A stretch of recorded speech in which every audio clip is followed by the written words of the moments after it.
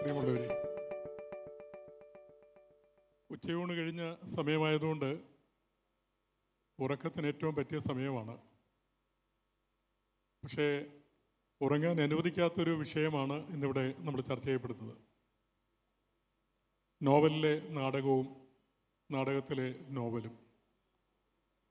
പ്രത്യക്ഷത്തിൽ നമ്മുടെ സാഹിത്യോത്സവങ്ങളിലൊക്കെ സംവാദ വേദികളിൽ വരാറുള്ള വിഷയങ്ങളിൽ നിന്നൊക്കെ വളരെ വ്യത്യസ്തമായൊരു വിഷയമാണ്. കൂടുതലൊരു ആഴത്തിൽ ഉൾക്കാഴ്ച നൽകുന്നൊരു വിഷയമാണ് ഇന്ന് ഈ വേദിയിൽ അവതരിപ്പിക്കുന്നത്. ഇവിടെ നേരത്തെ പേര് പറഞ്ഞതുപോലെ നോവലിൻ്റെ രചനാരംഗത്തും നാടകത്തിൻ്റെ നിർവഹണ രംഗത്തും ഇതര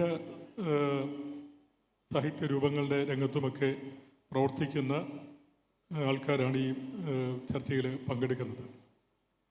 അവരെല്ലാവരെയും സ്വാഗതം ചെയ്യുകയാണ്. ശ്രീമതി ഇന്ദുമേനോൻ, ശ്രീ എമിൽ മാധവി, പ്രൊഫസർ പ്രകാശ്, ശ്രീമതി രോഷ്നി സ്വപ്ന, അതുപോലെ ഇവിടെ ശ്രോതാക്കളായി എത്തിയിരിക്കുന്ന പ്രിയമുള്ള എല്ലാവരെയും ഒരിക്കൽ കൂടി സ്വാഗതം ചെയ്യുന്നു. നമ്മുടെ വിഷയത്തിൻ്റെ ഒരു പ്രത്യേകത സാഹിത്യത്തിലെ രണ്ട് വ്യവഹാര രൂപങ്ങളെക്കുറിച്ചുള്ള അതിൻ്റെ പരസ്പര ബന്ധത്തെക്കുറിച്ചുള്ളൊരു ചർച്ചയാണ് ഇവിടെ നടക്കുന്നത്. ഈ സാഹിത്യ ഭാഷ അല്ലെങ്കിൽ സാഹിത്യം എന്ന് പറയുന്നത്, അല്ലെങ്കിൽ സാഹിത്യത്തിൻ്റെയും ഭാഷയുടെയും നിലനിൽപ്പ് എന്ന് പറയുന്നത് വിവിധ തരത്തിലുള്ള വ്യവഹാര രൂപങ്ങളിലൂടെയാണ്. അതിലേറ്റവും പ്രാചീനമായ വ്യവഹാര രൂപം എന്ന് നമുക്ക് വിശേഷിപ്പിക്കാവുന്നത് നാടകം തന്നെയാണ്. നാടകം, കാവ്യം, മഹാകാവ്യം, കഥ, അതിനുശേഷമാണ് ഏറ്റവും ഒടുവിലത്തെ ഏറ്റവും നൂതനമായ വ്യവഹാര രൂപമാണ് നോവൽ. ഏറ്റവും പ്രാചീനമായ വ്യവഹാര രൂപമായ നാടകവും ഏറ്റവും നൂതനമായ നവീനമായ വ്യവഹാര രൂപമായ നോവലും തമ്മിലുള്ള ബന്ധം, ഒരു പാരസ്പരിക ബന്ധമാണ് ശരിക്കും ഇവിടെ ചർച്ച ചെയ്യപ്പെടുന്നത്. പഴയ കാലത്ത് നമുക്കറിയാം, ലോകത്തിൻ്റെ മനുഷ്യ ചരിത്രം നമ്മൾ പരിശോധിക്കുകയാണെങ്കിൽ മനുഷ്യൻ അരങ്ങില്ലാത്ത അരങ്ങുകളിലൂടെ ജീവിതകഥകൾ പറഞ്ഞുകൊണ്ടാണ് പരസ്പരം സംവദിച്ചുകൊണ്ടിരുന്നത്. അതാണ് ശരിക്കും നാടകം ഏറ്റവും പ്രാചീന ഒരു വ്യവഹാര രൂപമായിട്ട് മാറാനായിട്ട് കാരണമായത്. നമുക്ക് യവന നാടകവേദിയെക്കുറിച്ചറിയാം, സോഫോക്ലീസിൻ്റെ നാടകങ്ങളെക്കുറിച്ചറിയാം, ഭാസൻ്റെ പ്രശസ്തമായ നാടകങ്ങളെക്കുറിച്ച് നമുക്ക്, ഭാരതീയ നാടകവേദിയിലെ പ്രശസ്തമായ നാടകങ്ങളെക്കുറിച്ച് നമുക്കറിയാം. സ്വപ്നവാസോദത്തം, ഊരുഭംഗം, കർണഭാരം, ഷേക്സ്പീരിയൻ നാടകവേദിയെക്കുറിച്ച് നമുക്കറിയാം. ഇതൊക്കെ വളരെ പ്രാചീന കാലത്ത് തന്നെ നമ്മുടെ ലോക സംസ്കാരത്തിൻ്റെ ഭാഗമായി മാറിയ വ്യവഹാര രൂപമാണ്. ഇവിടെ ഒരു വ്യവഹാര രൂപത്തിൽ നിന്ന് മറ്റൊരു വ്യവഹാര രൂപം എങ്ങനെ ഉണ്ടാവുന്നു, അതാണ് ശരിക്കും പറഞ്ഞാൽ നമ്മളിവിടെ നടത്തുന്നൊരു പ്രധാന അന്വേഷണം. നാടകം എന്ന് പറഞ്ഞാൽ നാടിൻ്റെ അകമാണ്. നാടിൻ്റെ അകത്ത് നടക്കുന്ന ജീവിതത്തിൻ്റെ കഥ പറയുന്നതാണ് നാടകം എന്ന് പറയുന്നത്.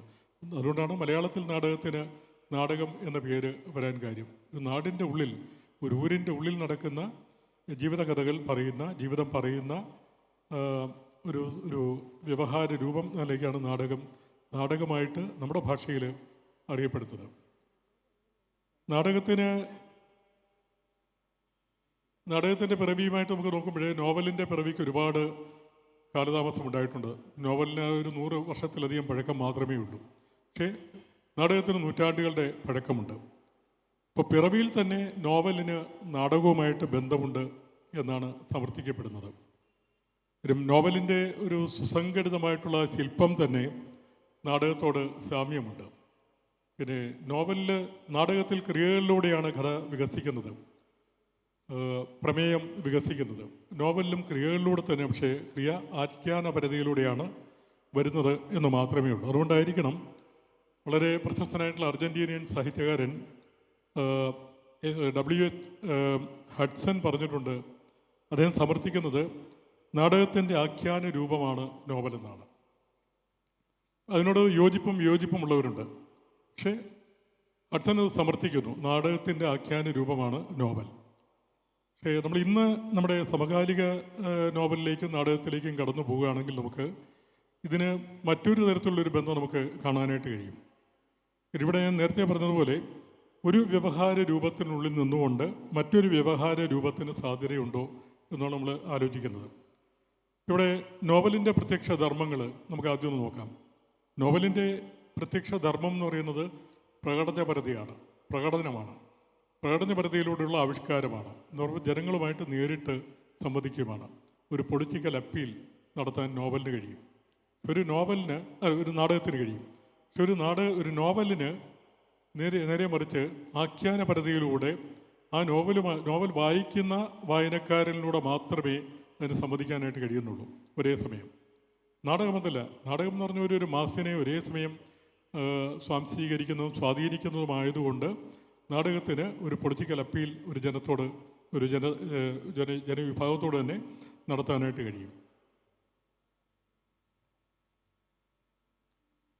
അപ്പം എന്തുകൊണ്ടാണ് നോവലിൻ്റെ ഒരു ധർമ്മമുണ്ട്, നാടകത്തിൻ്റെ ഒരു ധർമ്മമുണ്ട്. പിന്നെ എന്തുകൊണ്ടാണ് നോവലിനുള്ളിൽ നിന്ന് നാടകവും നാടകത്തിനുള്ളിൽ നിന്ന് നോവലും എന്ന് പറയുന്ന ഒരു അവസ്ഥയ്ക്കുള്ള പ്രസക്തി എന്ന് നമുക്ക് ആലോചിക്കേണ്ടതായിട്ടുണ്ട്. ഒരു വ്യവഹാര രൂപത്തിന് അത് നിർവഹിക്കേണ്ടതായിട്ടുള്ളൊരു ധർമ്മമുണ്ട്. ആ ധർമ്മം നിർവഹിക്കുന്നതിനപ്പുറത്തേക്ക് ആ വ്യവഹാര രൂപത്തിൽ നിന്നൊരു പുതിയ ധർമ്മം നമുക്ക് ഉൾച്ചേർത്താൻ കഴിയുമോ എന്നുള്ളൊരു പരീക്ഷണമാണ് ശരിക്കും ഒരു നോവലിൽ നിന്ന് നാടകമുണ്ടാവുന്നത്, അല്ലെങ്കിൽ ഒരു കവിതയിൽ നിന്ന് നാടകമുണ്ടാവും. നമുക്ക് നമ്മുടെ അറിവിൽ തന്നെ എത്രയോ കാവ്യങ്ങൾ നാടകങ്ങളായി മാറി നമുക്കറിയാം. കുമാരനാശാൻ്റെ എത്രയോ കാവ്യങ്ങൾ, ചണ്ടാല ഭിക്ഷുകി, അതുപോലെ കരുണ, ഇതൊക്കെ തന്നെ വളരെ വിജയപ്രദമായിട്ട് നാടകങ്ങളായിട്ട് മാറിയിട്ടുണ്ട്. അതുപോലെ തന്നെ ഡോസ്റ്റോവ്സ്കിയുടെ നോവലുകൾ കവിതകൾക്ക് ജന്മം കൊടുത്തിട്ടുണ്ട്. നമുക്കറിയാം ദീപൻ ശിവരാമൻ ഖസാക്കിൻ്റെ ഇതിഹാസം എന്ന ഒ.വി. വിജയൻ്റെ വിശ്വപ്രസിദ്ധമായ വിഖ്യാതമായ നോവലിൻ്റെ ഒരു നാടകാവിഷ്കാരം നടത്തിയുണ്ടായി. ഇവിടെയൊക്കെ സംഭവിക്കുന്ന ഒരു പ്രതിസന്ധി, അല്ലെങ്കിൽ നേരിടുന്ന ഒരു പ്രതിസന്ധി എന്താണെന്ന് വെച്ചാൽ, ഈ നോവലിൻ്റെ ആഖ്യാനപരതയെ അല്ലെങ്കിൽ ആവിഷ്കാര ശൈലി അതേപടി നമുക്ക് നാടകത്തിലേക്ക് അനുവർത്തിക്കാനായിട്ടോ അനുകരിക്കാനോ കഴിയത്തില്ല. കാര്യം നാടകത്തിൻ്റെതായ ഒരു ഭാഷയുണ്ട്, നാടകത്തിൻ്റെതായിട്ടുള്ള ഉടൽ ഭാഷയുണ്ട്, രംഗഭാഷയുണ്ട്, പ്രകടന ഭാഷയുണ്ട്. നോവലിന് നേരെ മറിച്ച് ഒരു ആഖ്യാനത്തിലൂടെ, ഭാഷയുടെ ശൈലീവൽക്കരണത്തിലൂടെ വായനക്കാരൻ്റെ അകങ്ങളിലേക്ക് കടന്നു ചെല്ലാനുള്ള വേറൊരു മാസ്മരികമായൊരു ശക്തിയുമുണ്ട്. അതുകൊണ്ടാണ് നമുക്കറിയാം മലയാളത്തിൽ ഏറ്റവും ആദ്യകാലത്തൊക്കെ അറിയപ്പെടുന്ന നോവലുകൾക്കൊക്കെ ഒരുപാട് ഹൃദയങ്ങളിലേക്ക് കടന്നു ചെല്ലാൻ കഴിഞ്ഞിട്ടുണ്ട്. കെ. ദാമോദരൻ്റെ പാട്ടബാക്കി. ആ പാട്ടബാക്കി എന്ന നാടകം എഴുതുന്നതിന് പകരം കെ. ദാമോദരൻ ഒരു നോവൽ എഴുതിയിരുന്നെങ്കിൽ ആ നോവലിന് എത്രത്തോളം ജനങ്ങളിലേക്ക് ഇറങ്ങിത്തല്ലാൻ കഴിയുമായിരുന്നു. തോപ്പിൽ ഭാസിയുടെ നിങ്ങളെന്നെ കമ്മ്യൂണിസ്റ്റാക്കി എന്ന നാടകം, ഒറ്റ നാടകം തന്നെ കേരളത്തിൽ എത്രയോ പേർക്ക് മനപരിവർത്തനമുണ്ടാക്കി അവരൊരു പുതിയ പുരോഗമന വഴികളിലേക്ക് നയിക്കാനിടയാക്കി. പക്ഷെ ഒരു നോവലിന് അത്രത്തോളം കഴിയുമായിരുന്നു. ഇവിടെയാണ് ആ പ്രകടന പരതയ്ക്കുള്ള ഒരു സവിശേഷതയും അതിൻ്റെ ശക്തിയും അതിൻ്റെ ഇഫക്റ്റും നമുക്ക് കാണാൻ കഴിയുന്നത്.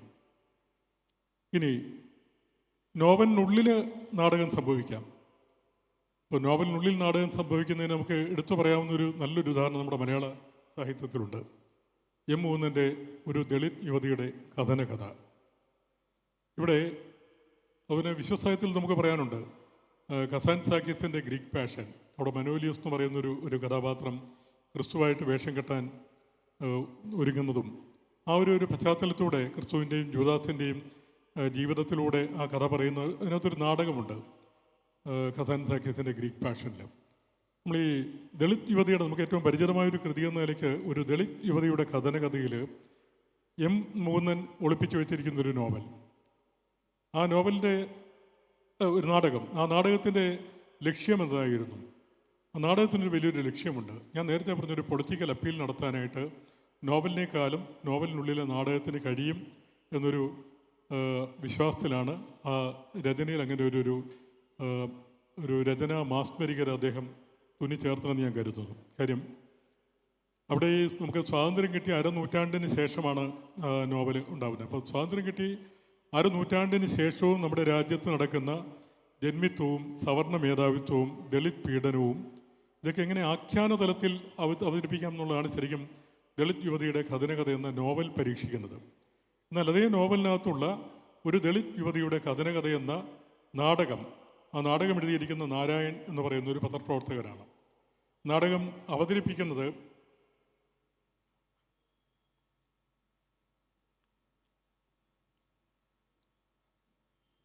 വിക്ടർ എന്ന എൻ്റെ ഓർമ്മ അതാണ്. വിക്ടർ എന്നാണ് അദ്ദേഹത്തിൻ്റെ പേര്. വിക്ടർ എന്ന് പറയുന്ന ഒരു സംവിധായകനാണ്.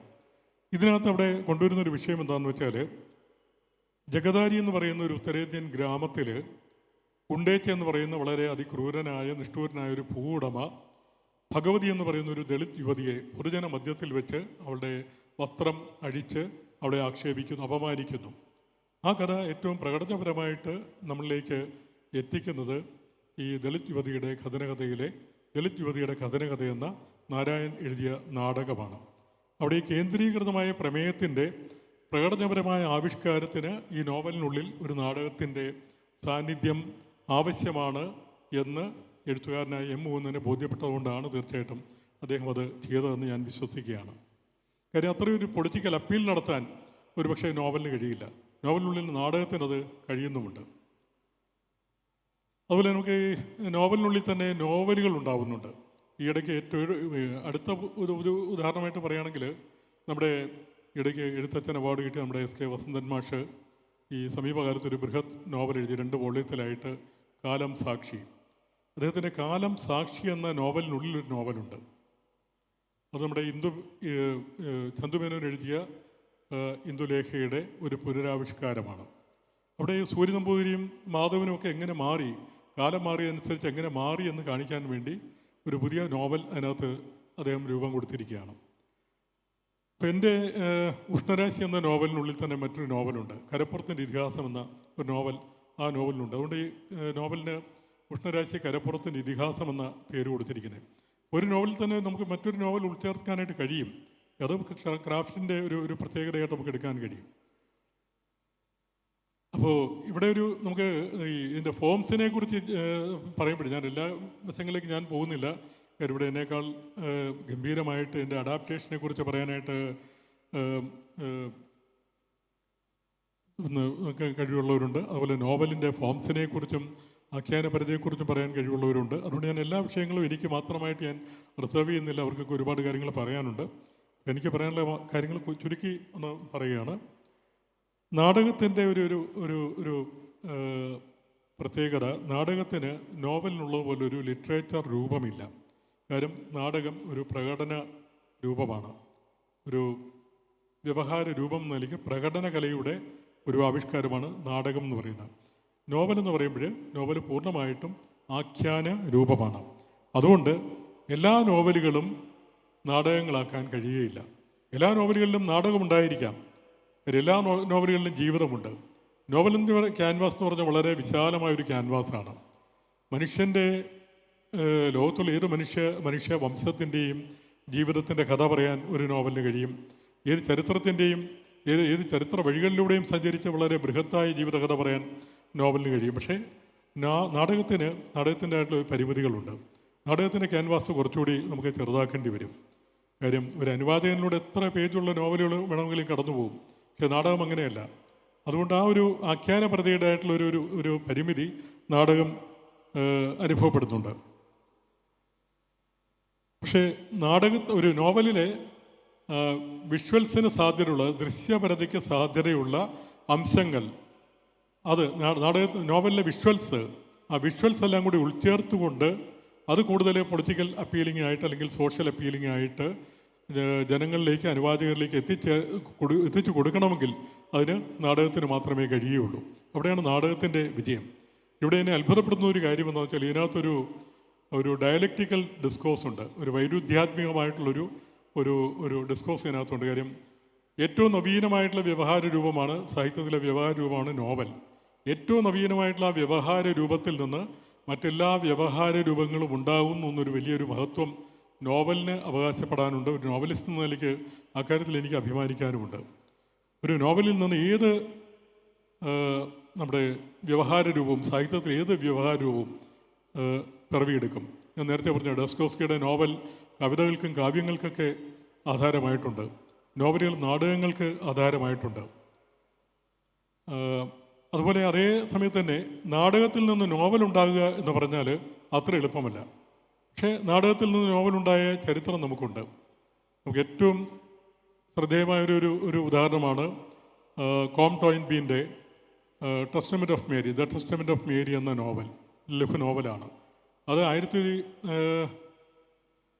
2011 ബ്രോഡ്വേയിൽ കളിച്ച നാടകമാണ്. ബ്രോഡ്വേയിൽ ഈ നാടകം കളിച്ചപ്പോൾ അദ്ദേഹത്തിന് ഭയങ്കരമായിട്ട് എതിർപ്പ് നേരിടേണ്ടി വന്നു. നാടകം അവതരിപ്പിക്കാൻ പറ്റാത്തൊരു സ്ഥിതി വന്നു. ആ സ്ഥിതി വന്നപ്പോഴാണ്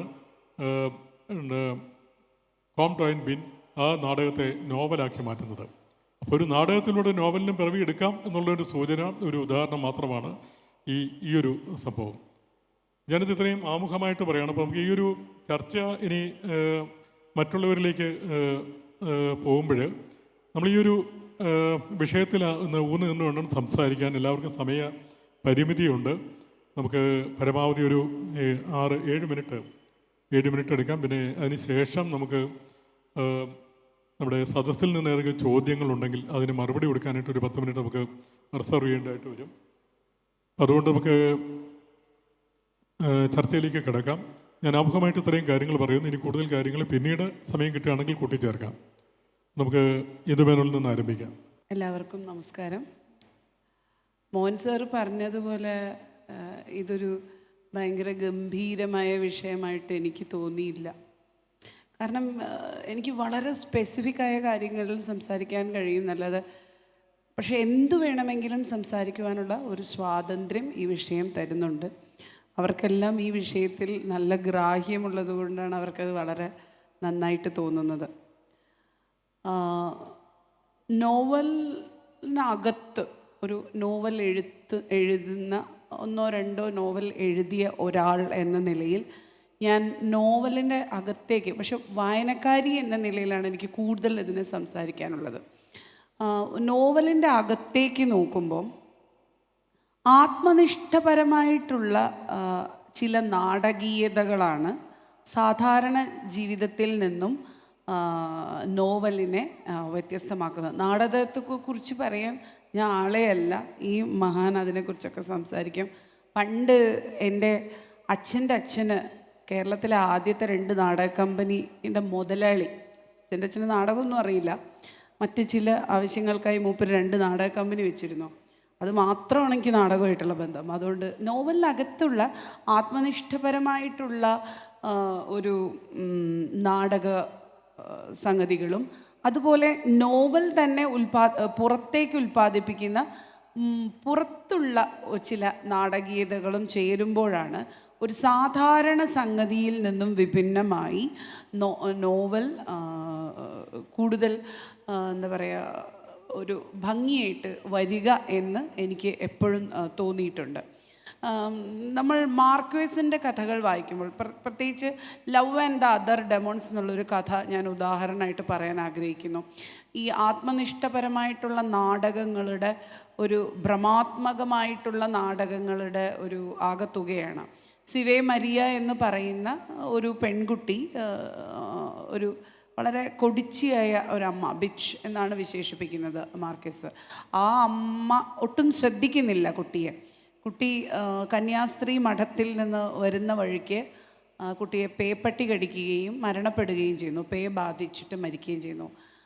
വർഷങ്ങൾക്ക് ശേഷം അവളുടെ കുഴിമാടം മറ്റൊരാവശ്യത്തിനായിട്ട് തോണ്ടിയെടുക്കുമ്പോൾ ഒരു അസ്ഥികൂടം നിറയെ മുടി ഇങ്ങനെ വളർന്നുകൊണ്ടിരിക്കുകയാണ്, സ്വർണ്ണ നിറമുള്ള മുടി. ഈ ഭംഗിയുള്ള ഈ അസ്ഥികൂടത്തെ ഈ പാതിരി കൊണ്ടുപോയിട്ട് തൻ്റെ മുറിയിൽ വെക്കുകയും അവിടെ വെച്ച് രാത്രിയാകുമ്പോൾ ഈ പെൺകുട്ടി ഇറങ്ങി വരികയും അയാളോട് സംവദിക്കുകയും അയാളുമായി പ്രേമത്തിലാവുകയും ചെയ്യുന്നു.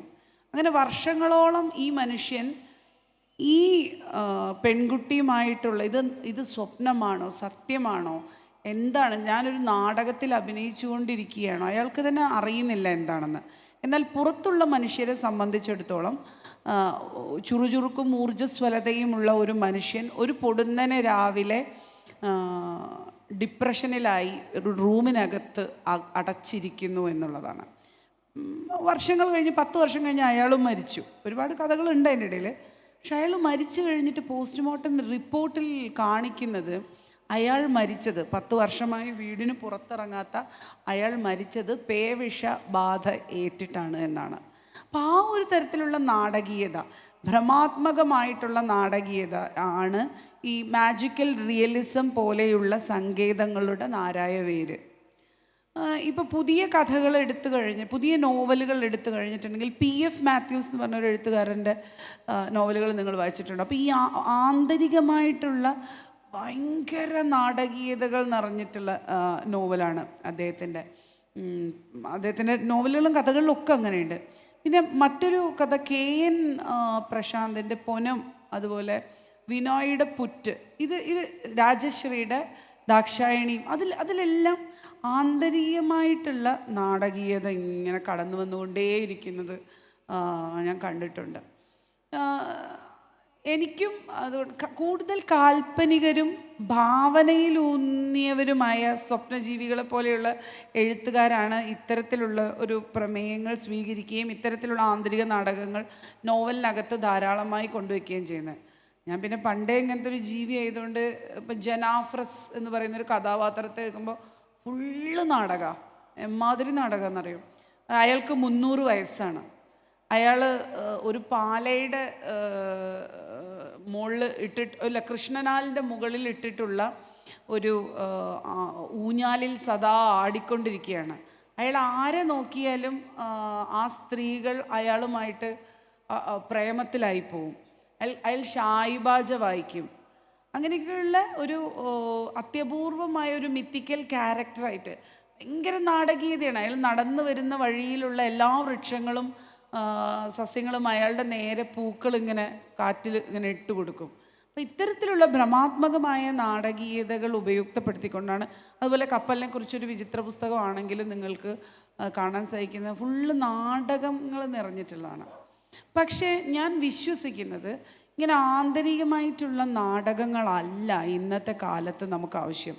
ഇപ്പം നോവലിലാണെങ്കിലും നാടകത്തിലാണെങ്കിലും നമ്മൾ ഇന്ന് കണ്ടുകൊണ്ടിരിക്കുന്ന ഈ പൊളിറ്റിക്കൽ നാടകങ്ങളുടെ ഇടയിൽ, രാഷ്ട്രീയ നാടകങ്ങളുടെ ഇടയിൽ പിന്നെ പലതരം രാഷ്ട്രീയ ആയുധങ്ങളെ നാടകീയമായിട്ട് കൊണ്ടുവരുന്ന ഒരു സംഗതി നമ്മൾ കണ്ടു കഴിഞ്ഞു. മഹാത്മാഗാന്ധിജി ഉപ്പ് എന്ന് പറയുന്ന ഒരു സംഗതിയെ എത്ര നാടകീയമായിട്ടാണ് ഒരു പൊളിറ്റിക്കൽ വെപ്പണായിട്ട് ഉപയോഗിച്ചിരുന്നത്. അതുപോലെ ഇന്ന് നമുക്കറിയാം രാമൻ എന്ന് പറയുന്ന ഒരു ഭംഗിയുള്ള എന്ത് രസമുള്ള കഥാപാത്രമാണ്, കേൾക്കാനൊക്കെ എന്തൊരു സുന്ദരനായ ആൾ. പക്ഷെ അയാൾ എങ്ങനെയാണ് ഒരു വലിയ നാടകമാണ്. അത്തരത്തിലുള്ള ഇപ്പം നോവലുകളും നമ്മുടെ കലകളിലും എഴുത്തിലുമെല്ലാം ഈ ഒരു പൊളിറ്റിക്കൽ നാടകങ്ങളെ പൊളിച്ചുകൊണ്ടുള്ള ശരിയുടെ രാഷ്ട്രീയം നമ്മൾ ഒളിച്ച് കടത്തേണ്ടിയിരിക്കുന്നു എന്നാണ് എനിക്ക് പറയാനുള്ളത്. എങ്കിൽ മാത്രമേ നാടകത്തെ നാടകം കൊണ്ട് പ്രതിരോധിക്കണമെന്നുള്ളതാണ്.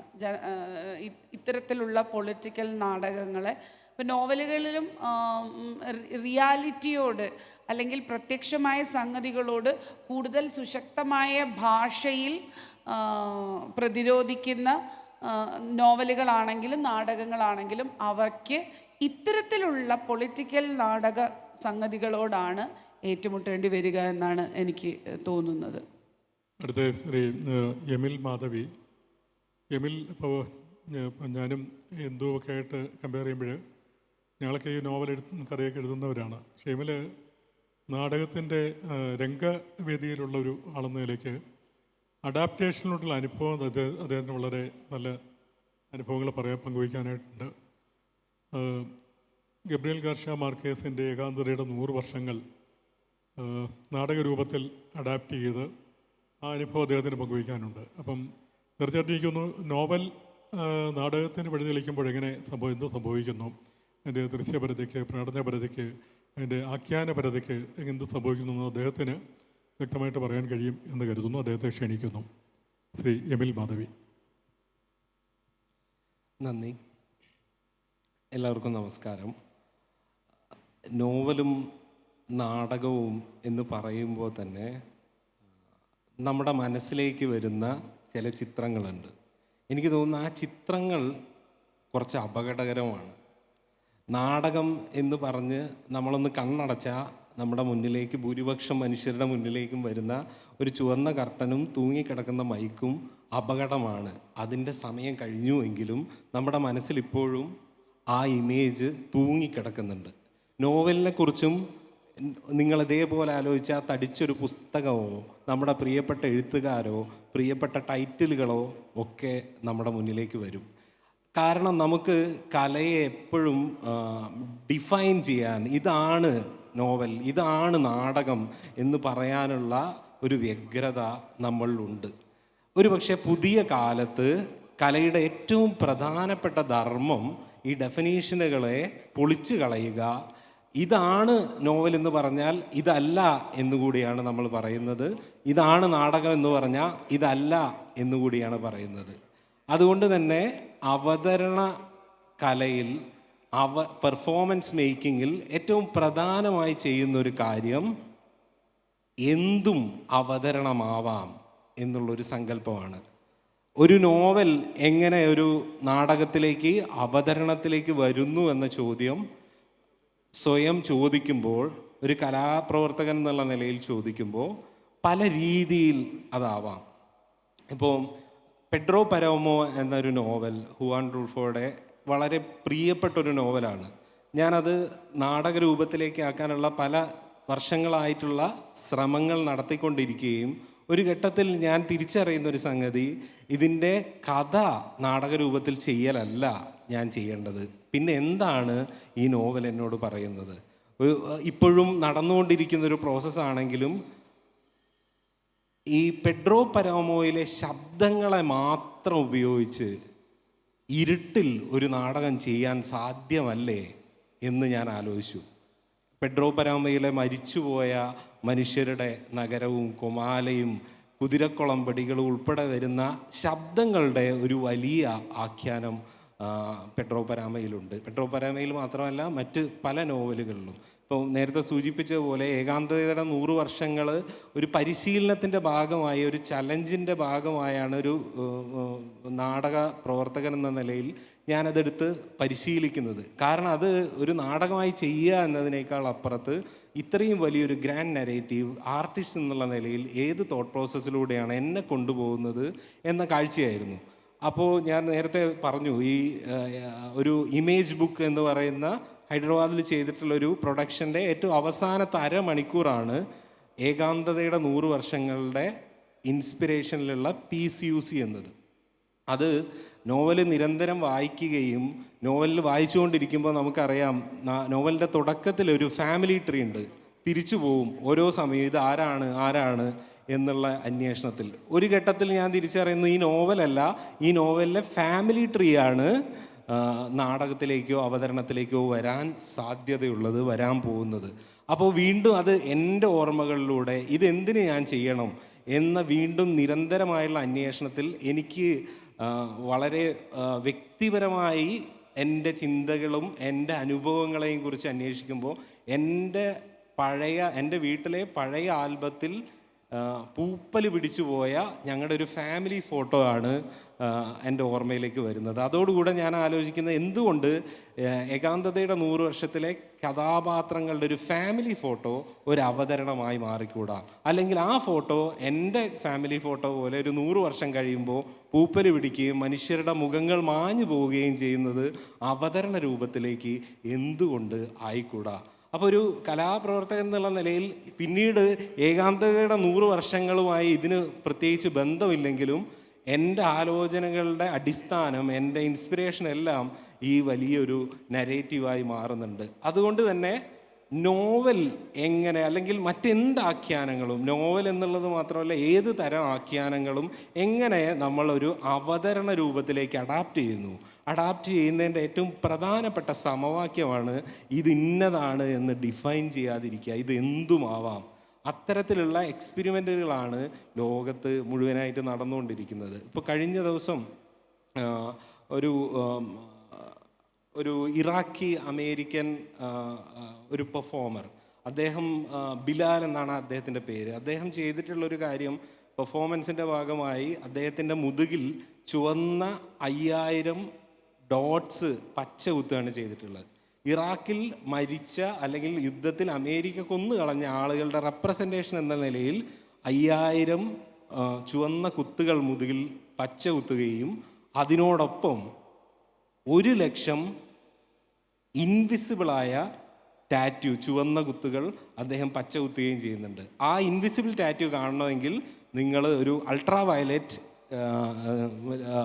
പ്രകാശം യൂസ് ചെയ്താൽ മാത്രമേ ഇൻവിസിബിൾ ആയിട്ടുള്ള ആ കുത്തുകളെ നിങ്ങൾക്ക് കാണാൻ സാധിക്കൂ. അദ്ദേഹം പറയുന്നത് ഇറാഖിലും ഇങ്ങനെയാണ്, നിങ്ങൾക്ക് കാണാവുന്ന വിക്ടിംസ് അല്ല, ഇൻവിസിബിൾ ആയിരിക്കുന്ന ഒരുപാട് വിക്ടിംസ് ഉണ്ട്. അവരെയാണ് ഞാൻ എൻ്റെ കലയിലൂടെ അടയാളപ്പെടുത്താൻ ശ്രമിക്കുന്നത്. അതായത് കലയുടെ ആഖ്യാനത്തിൻ്റെ രീതികൾ മാറിക്കൊണ്ടിരിക്കുകയാണ്.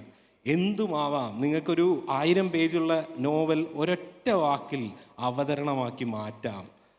ക്രൈം ആൻഡ് പണിഷ്മെൻറ്റിൽ ഒരൊറ്റ കോടാലി മതിയാവും ചിലപ്പോൾ നിങ്ങൾക്ക് മണിക്കൂറുകൾ നീണ്ട ഒരു അവതരണമാക്കി മാറ്റാൻ എന്ന് ഞാൻ വിചാരിക്കുന്നു. ആ പ്രവർത്തനമാണ് നാടകത്തെ അല്ലെങ്കിൽ അവതരണത്തെ പ്രാധാന്യമുള്ള ഒന്നാക്കി മാറ്റുന്നത്. ഒരുപക്ഷെ വരും കാലങ്ങളിൽ നമ്മുടെ ഈ സങ്കല്പങ്ങളിൽ മാറ്റം വരുമ്പോഴാണ് കല പുതിയതായി മാറുന്നത് എന്നാണ് ഞാൻ കരുതുന്നത്. നോവലിൽ അത്തരം പരീക്ഷണങ്ങൾ നടക്കുന്നുണ്ട്, പോയിട്രിയിൽ നടക്കുന്നുണ്ട്. നമ്മുടെ പല ആഖ്യാനങ്ങളിലും അത്തരത്തിലുള്ള പരീക്ഷണങ്ങൾ പുതിയ കാലത്തല്ല പണ്ട് കാലം മുതലേ നടന്നുകൊണ്ടിരിക്കുന്നു. അതിൻ്റെ തുടർച്ചകളാണ് പുതിയ കാലത്തെ കലയിലും സംഭവിക്കുന്നത്. ഡെഫിനീഷൻസ് മാറി തുടങ്ങട്ടെ. താങ്ക് യു എമിൽ മാധവി. അടുത്തത് തിയേറ്റർ രംഗത്തെക്കുറിച്ച് വളരെ ഗഹനമായിട്ടുള്ള ലേഖനങ്ങൾ എഴുതാറുള്ള, തിയേറ്ററിനെക്കുറിച്ചുള്ള പ്രഭാഷണ പരമ്പരകൾക്ക് തന്നെ നേതൃത്വം നൽകാറുള്ള നമ്മുടെ മഹാരാജ് കോളേജിലെ ഇംഗ്ലീഷ് ഡിപ്പാർട്ട്മെൻറ്റ് മേധാവിയായിരുന്ന, അതുപോലെ കേരളത്തിലെ മറ്റ് പ്രമുഖ ഗവൺമെൻറ് കോളേജുകളിൽ പല ഇടങ്ങളിൽ ഇംഗ്ലീഷ് അധ്യാപകനായി പ്രവർത്തിച്ച പ്രൊഫസർ PN പ്രകാശ് സാറിനെ ക്ഷണിക്കുന്നു. പ്രിയമുള്ളവരെ, എൻ്റെ അഭിപ്രായത്തിൽ വളരെ വിശാലമായ ഒരു വിഷയമായതുകൊണ്ട് പാനലിൽ തന്നെ പങ്കെടുക്കുന്നവരുടെ അഭിപ്രായത്തിൽ കേന്ദ്രീകരിച്ച് എൻ്റേത് പറയുക, എൻ്റെ അഭിപ്രായം പറയുക എന്നത് ഈ ചുരുങ്ങിയ സമയത്തിൽ കഴിയില്ല എന്ന ബോധ്യമുള്ളതുകൊണ്ട് ഈ വിഷയത്തെപ്പറ്റി എനിക്ക് പറയാനുള്ള കുറച്ച് കാര്യങ്ങൾ അനുവദിച്ച സമയത്തിൽ പറയാൻ ആഗ്രഹിക്കുന്നു. ഒന്നാമതായി, ഈ പണ്ട് ഒരു 20-ാം നൂറ്റാണ്ടിൻ്റെ തുടക്കത്തിൽ ക്രാഫോർഡ് എന്ന് പറയുന്ന അദ്ദേഹം അന്ന് പ്രശസ്തനായിരുന്നു ഒരു നോവലിസ്റ്റ് പറഞ്ഞു, അദ്ദേഹം നോവലിനെ വിശേഷിപ്പിച്ചത് പോക്കറ്റ് തിയേറ്റർ എന്നാണ്. Pocket theatre. അദ്ദേഹം ഉദ്ദേശിച്ചത് രണ്ടും കാര്യമൊക്കെ ഒന്നാണ്, പക്ഷേ നോവൽ നിങ്ങൾക്ക് വീട്ടിലിരുന്ന് പോക്കറ്റിൽ നിന്നെടുത്ത് വായിച്ച് രസിക്കാം, നാടകമാകുമ്പോൾ അത് സ്റ്റേജിൽ അവതരിപ്പിച്ച് കാണണം. ഇതിൽ ഭാഗികമായ സത്യമുണ്ട്. എന്താണെന്ന് വെച്ചാൽ, നോവലിൻ്റെയും നാടകത്തിൻ്റെയും വിഷയം മനുഷ്യജീവിതമാണ്, പ്രകൃതിയാണ്, പ്രപഞ്ചമാണ്. നമ്മുടെ ജീവിതത്തിൻ്റെ സന്തോഷവും ദുഃഖവും എല്ലാം നമുക്ക് മറ്റൊരാളിലേക്ക് കമ്മ്യൂണിക്കേറ്റ് ചെയ്യുക എന്നതാണ് രണ്ടിൻ്റെയും ഉദ്ദേശം. ഇപ്പോൾ സംഗീതം മനസ്സിൽ ഹൃദയത്തിലുള്ള ഒരാൾ, ചിലർ വയലിനിസ്റ്റായെന്നിരിക്കും, മറ്റ് ചിലർ മൃദംഗം നന്നായിട്ട് കൈകാര്യം ചെയ്യും. ഒരേ വിഷയം രണ്ട് രീതി കൈകാര്യം ചെയ്യുന്നു എന്നുള്ളതാണ് ചെയ്യുന്നത്. പക്ഷേ അപ്പോൾ നമുക്കിത് നാടകത്തിൽ ക്രിയാംശമാണ് കൂടുതൽ, മറ്റേതിലെ വിവരണമാണ്.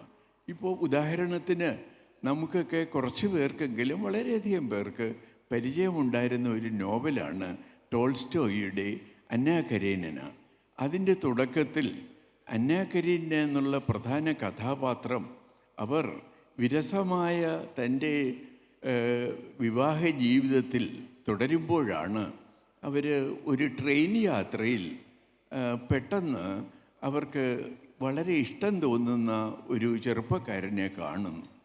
ഈ അനേകരിൻ്റെ ചെറുപ്പക്കാരനെ കാണുകയും വിവാഹബന്ധത്തിൽ നിന്ന് മാറിയിട്ടൊരു പ്രണയം തുടങ്ങുകയും ചെയ്യുന്നതിന് ടോൾസ്റ്റോയ് എന്നുള്ള വിശ്വവിഖ്യാതനായ നോവലിസ്റ്റ് 9 പേജ് എടുക്കുന്നുണ്ട്. അതിമനോഹരമായ എഴുത്താണ് ടോൾസ്റ്റോയുടെ. ഈ അന്നാകരീനയ്ക്ക് തൻ്റെ വിരസമായ ജീവിതത്തിൽ നിന്ന് പുതിയ ഒരാളുമായിട്ടുള്ള ഒരു ബന്ധം ഒരു നാടകത്തിൽ കാണിക്കാൻ കഴിയുമെന്ന് ചോദിച്ചാൽ കഴിയില്ല. നാടകത്തിൻ്റെ ചുരുങ്ങിയ സ്പേസിൽ അത് സാധ്യമല്ല. അതേസമയം ടോൾസ്റ്റോയ് തന്നെ ദ പവർ ഓഫ് ഡാർക്ക്നെസ്, തമശക്തി എന്ന് പറഞ്ഞ മലയാളത്തിൽ തർജ്ജമയുണ്ട്. അങ്ങനെ അദ്ദേഹം നാടകം എഴുതിയിട്ടുണ്ട്. ആ നാടകത്തിൽ തെറ്റായ ലൈംഗിക ബന്ധത്തിലുണ്ടായ ഒരു കുട്ടിയെ ആ സ്ത്രീയുടെ അമ്മയും ഒക്കെ കൂടി ഉത്തരവാദിയായിട്ടുള്ളവനെ ആ കുട്ടിയെ കൊല്ലാൻ പറയുന്നു. വെറും 1.5 ദിവസം പ്രായമായ കുട്ടിയാണ്. ആ കുട്ടിയെ ഇവൻ കൊല്ലുമ്പോൾ കുട്ടിയെ ഒരു ചെറിയ പെട്ടിയിലാക്കി അതിൻ്റെ മുകളിൽ ഇവൻ കയറി ഇരിക്കുകയാണ്. അത് ചെയ്യിക്കുന്നത് അവൻ്റെ ഭാര്യയും ഭാര്യയുടെ അമ്മയുമാണ്. ഒരു നിമിഷം കഴിയുമ്പോൾ അവൻ ഞെട്ടി എഴുന്നേറ്റിട്ട് പറയുന്നു, ഈ ചെറിയ കുഞ്ഞിൻ്റെ കയ്യിലെ എല്ലൊടിയുന്നത് ഞാൻ കേൾക്കുന്നു, എനിക്ക് കഴിയില്ല എന്ന് പറയുന്നു. ഭാര്യയും മറ്റേ സ്ത്രീകളും അവനെ പിടിച്ചിരുത്തുന്നു. ഈ കുഞ്ഞിൻ്റെ എല്ലൊടിയുന്നത് ഒരു നോവലിനും ഒരിക്കലും വിവരിച്ച് നിങ്ങളോട് പറയാൻ കഴിയില്ല. അത് നാടകത്തിനേ കഴിയുള്ളൂ. അപ്പോൾ ഇത് റഷ്യയിൽ ഈ നാടകം ഈ ഒരു ഒറ്റ രംഗം കൊണ്ട് നിരോധിക്കുകയുണ്ടായി. അപ്പോൾ ഞാൻ പറഞ്ഞു വരുന്നത്, ഏതിലെവിടെയാണോ നാടകീയമായ അംശങ്ങളുള്ളത് അത് കണ്ടുപിടിക്കുക എന്നുള്ള ഒരു മാജിക്കാണ് ഒരു നാടകകൃത്ത് ചെയ്യേണ്ടത്. മറ്റൊരു ഉദാഹരണം എടുത്താൽ, ഇപ്പോൾ നമുക്കൊക്കെ അറിയുന്ന ഒരു നോവലാണ് വിക്ടർ ഹ്യൂഗോയുടെ പാവങ്ങൾ. അതിലെ തുടക്കത്തിൽ ക്രിസ്തീയ കാരുണ്യം എന്താണ് എന്ന് നമ്മളെ പഠിപ്പിക്കുന്നത് ഒരു കള്ളൻ ജാൻ വാൽജാൻ ഒരു പള്ളിയിൽ അച്ഛൻ്റെ വീട്ടിൽ കയറിയിട്ട് അവനെ സ്വീകരിക്കുന്ന ആളിൻ്റെ കാൻഡിൽ സ്റ്റിക്സ് മോഷ്ടിക്കുന്നതാണ്. Bishop's candlesticks. ഇത് ലോകം മുഴുവൻ നാടകമാക്കിയിട്ടുണ്ട്. അതുപോലെ തന്നെ കൊടും തണുപ്പത്ത് ശൈത്യകാലത്ത് 10 വയസ്സ് പ്രായമുള്ള മെലിഞ്ഞ ഒരു ചെറിയ പെൺകുട്ടി അവളേക്കാൾ ഉയരമുള്ള ഒരു ബക്കറ്റ് എടുത്തുകൊണ്ട് രാത്രിയിൽ വെള്ളം കോരാൻ പോകുന്നത് മനുഷ്യ മനസ്സിനെ ഞെട്ടിച്ച ഒരു സംഭവമാണ്. ഈ രണ്ടും ഈ വിശാലമായ മനുഷ്യ ജീവിതത്തിൻ്റെ ദുഃഖങ്ങളും അതിലെ ഉത്തരം കിട്ടാത്ത സമസ്യകളും കൈകാര്യം ചെയ്യുന്ന വിക്ടർ ഹ്യൂഗോയ്ക്ക് ആ വലിയ നോവലിലെ 2 സംഭവം മാത്രമാണ്. പക്ഷേ അത് അകലെ അത് നോവലിലെ നാടക അംശങ്ങളാണ്. അതേസമയം ലോകപ്രശസ്ത നാടകകൃത്തായ ഇബ്സൻ എഴുതിയ ഒരു നാടകമുണ്ട്, നമുക്കൊക്കെ അറിയാം, എ ഡോൾസ് ഹൗസ്, പാവക്കൂടെന്ന് തർജ്ജമയുണ്ട്. അത് സ്ത്രീ സ്വാതന്ത്ര്യത്തിനെ അടിസ്ഥാനപ്പെടുത്തി ഭർത്താവിനോടുള്ള അകൽച്ച കൊണ്ട് ഭർത്താവിൽ നിന്നും വീട് വിട്ടിറങ്ങി ഭർത്താവിൻ്റെ മുഖത്ത് വാതിൽ കൊട്ടിയടച്ചിറങ്ങുന്ന ഭാര്യയാണ്. ഈ വാതിൽ കൊട്ടിയടയ്ക്കുന്നത് നാടകത്തിൽ എത്രയോ നോവലുകൾ സ്ത്രീ സ്വാതന്ത്ര്യത്തെപ്പറ്റി എഴുതപ്പെട്ടിരിക്കുന്നു. ഏതെങ്കിലും ഒരു നോവൽ നിങ്ങളുടെ മനസ്സിൽ സ്ത്രീ സ്വാതന്ത്ര്യത്തെ പറ്റിയിട്ട് ജനങ്ങളുടെ ഇടയിൽ കലാപം ഉണ്ടാക്കിയതായിട്ട് നമ്മൾ അറിവില്ല. ജൈനർ എടുത്താൽ എനിക്കൊരു ലോങ് ലിസ്റ്റും നിങ്ങൾക്ക് നോവൽ പറഞ്ഞുതരാൻ കഴിയും, അത് ആവശ്യമല്ല. അപ്പോൾ ഇബ്സൺ ഒരു നോവൽ എന്ന് പറയുന്നത് ഇടിയും മിന്നലുമുള്ള ഒരു രാത്രിയിൽ 10 മിനിറ്റ് 12 മിനിറ്റ് ഇടയിൽ ഇടിയും മിന്നലും വരുന്നതാണ്. അതേസമയം നാടകമാണെങ്കിലോ ഓരോ 2-3 മിനിറ്റിലും ഇടി വരും, മിന്നൽ വരും. തുടർച്ചയായിട്ട് ആക്ഷൻ വരണം. അപ്പോൾ ഇത് ഈ ഒരു ഒരു ഒരു ഒരു ഒരു വളർച്ച എന്ന് പറയുന്നത് നമുക്ക്, അതായത് എവിടെയാണ് നിങ്ങൾക്ക് വിവരണം ആവശ്യമുള്ളത്, എവിടെയാണ് നിങ്ങൾക്ക് കൂടുതൽ ഫിലോസഫി ആവശ്യമുള്ളത്, അതിന് നോവലിന് മാത്രമേ കഴിയുള്ളൂ. ഇപ്പം മറ്റൊരു ഉദാഹരണം എടുത്താൽ, ഇപ്പോൾ നമ്മളിപ്പോൾ ഇത് നാടകത്തിലെ നോവൽ എന്ന് പറയാം. അതിന് ഏറ്റവും വലിയ ഉദാഹരണമാണ് ബെർട്ടോൾഡ് ബ്രഷ്ട്. എൻ്റെ ഗുരുനാഥനായ അയ്യപ്പ പണിക്കർ സാറ് ബ്രഹ്ത് എന്നാണ് പറയുന്നത്.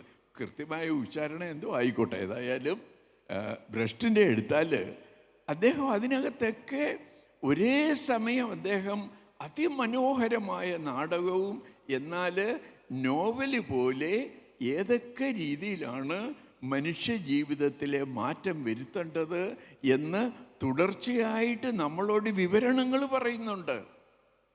ഒന്നോ രണ്ടോ. അതുകൊണ്ടാണ് അദ്ദേഹം ഈ അരിസ്റ്റോട്ടലിയൻ ഇതിൽ നിന്ന് മാറ്റിയിട്ട് ഈ സ്ട്രക്ചർ വന്നത്.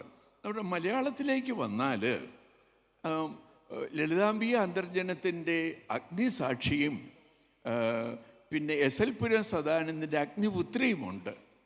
രണ്ടുപേരും ഒരു സ്ത്രീ ജന്മത്തിലെ ദുഃഖങ്ങളാണ് കൈകാര്യം ചെയ്യുന്നത്. പക്ഷേ നമുക്കറിയാം അഗ്നിസാക്ഷി എന്നുള്ള നോവലിൽ അത് നോവലായിട്ട് മാത്രമേ എഴുതാൻ കഴിയുള്ളൂ. അതേസമയം അഗ്നിപുത്രിയാണെങ്കിലോ എസ്.എൽ. പുരത്തിൻ്റെത് നിറഞ്ഞ നാടകീയതയാണതിൽ.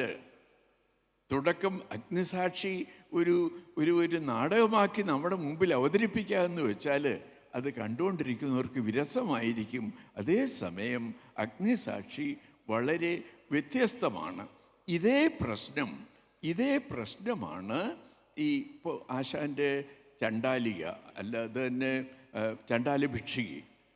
ചണ്ടാല ഭിക്ഷുകിയിൽ ആദ്യത്തെ കുറച്ച് സമയം അങ്ങോട്ട് കഴിഞ്ഞാൽ ആ കവിതയിൽ പിന്നെ നോവൽ പോലെ അതിൻ്റെ തിയേറ്ററിക്കലായിട്ടുള്ള കാര്യങ്ങൾ കുറവാണ്. അതേസമയം ടാഗോറും ഇതേ വിഷയം ഒരേ കേന്ദ്രത്തിൽ നിന്ന് ടാഗോർ കൈകാര്യം ചെയ്തിരിക്കുന്നു. അത് ചണ്ടാലിക എന്ന് പറഞ്ഞ അദ്ദേഹത്തിൻ്റെ പ്രശസ്തമായ വൺ ആക്ട് പ്ലേ ആണ്. അത് നാടകമായിട്ട് മാത്രമേ എഴുതാൻ കഴിയുള്ളൂ. തുടക്കം മുതൽ അവസാനം വരെ നാം ഇങ്ങനെ കണ്ണിമയ്ക്കാതെ നോക്കിക്കൊണ്ടിരിക്കുന്ന ഒരു നാടകമാണ്. അടുത്ത കാലത്ത് മാതൃഭൂമി വന്ന ഒരു വലിയ തമാശ ഉണ്ടായിരുന്നു.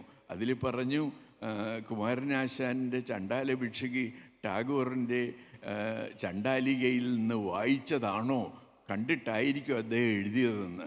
ഇത് ഒരിക്കലും ശരിയല്ല. കാരണം കുമാരനാശാൻ ചണ്ടാല ഭിക്ഷുകി എഴുതുന്നത് 1922-ലും ടാഗോർ ചണ്ടാലിക എഴുതുന്നത് 1938-ലുമാണ്. അപ്പോൾ അദ്ദേഹം മരണത്തിന് ശേഷം കോപ്പി അടിക്കില്ലല്ലോ. പോട്ടെ, ഞാൻ വിഷയത്തിൽ നിന്ന് മാറാൻ ഉദ്ദേശിക്കുന്നില്ല.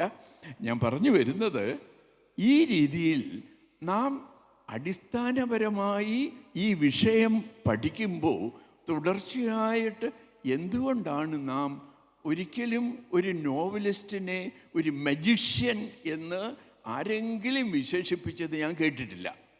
പക്ഷേ ഒരു നാടകകൃത്ത് ഒരു വലിയ മജീഷ്യനാണ്. ചുരുങ്ങിയ സമയം കൊണ്ട് നിങ്ങളുടെ ശ്രദ്ധ പിടിച്ചിട്ട് അദ്ദേഹം ജീവിതത്തിൻ്റെ ഒരു കഷണം മറക്കാനാകാത്തത് പ്രതിഭയുള്ള ആളാണെങ്കിൽ, മീനിങ് റീക്രിയേഷൻ ഓഫ് റിയാലിറ്റി, വല്ലാതെ വെറും റീക്രിയേഷൻ അല്ല. ഇപ്പോൾ നമ്മൾ വില്യം ഷേക്സ്പിയറിൻ്റെ നാടകങ്ങളെ പറ്റി പറയുന്നു. അത് കഥാരൂപത്തിൽ എത്രയോ പ്രതിഭയുള്ളവർ എഴുതിയിരിക്കുന്നു. ഒരെണ്ണം പോലും ആ നാടകം വായിക്കുന്നതിൻ്റെ 100-1 അംശം സന്തോഷമോ വികാരമോ നിങ്ങൾക്ക് പകർന്നു തരില്ല. അപ്പോൾ ഇത് രണ്ടാണെന്നും ഒരേ സമയം രണ്ടും ഒരേ ഇത് റോ മെറ്റീരിയൽ കൈകാര്യം ചെയ്യുമ്പോൾ തന്നെ രണ്ട് വഴിക്ക് പോകുന്ന മഹത്തായ ആർട്ട് ഫോംസാണ്. ഇപ്പോൾ വൈലോപ്പള്ളിയുടെ സഹിയൻ്റെ മകൻ ഇത്രയും ഡ്രമാറ്റിക്കായിട്ടുള്ള ഒരു കവിത ഞാൻ വേറെ വായിച്ചിട്ടില്ല. അപ്പോൾ അതുപോലെ ഇത് എല്ലാത്തിലും ഉണ്ട്. ഇപ്പോൾ ഗോർണിക്ക എന്നുള്ള പിക്കാസോൻ്റെ പെയിൻറ്റിങ്ങിനെ പറ്റി 500 പേജുള്ള ബുക്കുണ്ട്. ആ ബുക്ക് വായിക്കുന്നതിനേക്കാൾ നല്ലത് ഗോർണിക്ക എന്നുള്ള ആ പെയിൻറ്റിങ് അരമണിക്കൂറിൽ നിന്ന് കണ്ടാൽ മതി. അപ്പം ഞാൻ തീർച്ചയായിട്ടും നാടകത്തിൻ്റേതായ ലോകവും നോവലിൻ്റേതായ ലോകവുമുണ്ട്. രണ്ടും മഹാപ്രതിഭകളുടെ കയ്യിൽ എത്തിയാൽ ഒരേ മെറ്റീരിയൽ വളരെ ഭംഗിയായിട്ട് കൈകാര്യം ചെയ്യും. കൂടുതൽ പറയണമെന്നുണ്ടോ? സമയക്കുറവ് കൊണ്ട് തൽക്കാലം വൈൻഡപ്പ് ചെയ്യുന്നു. Thank you sir.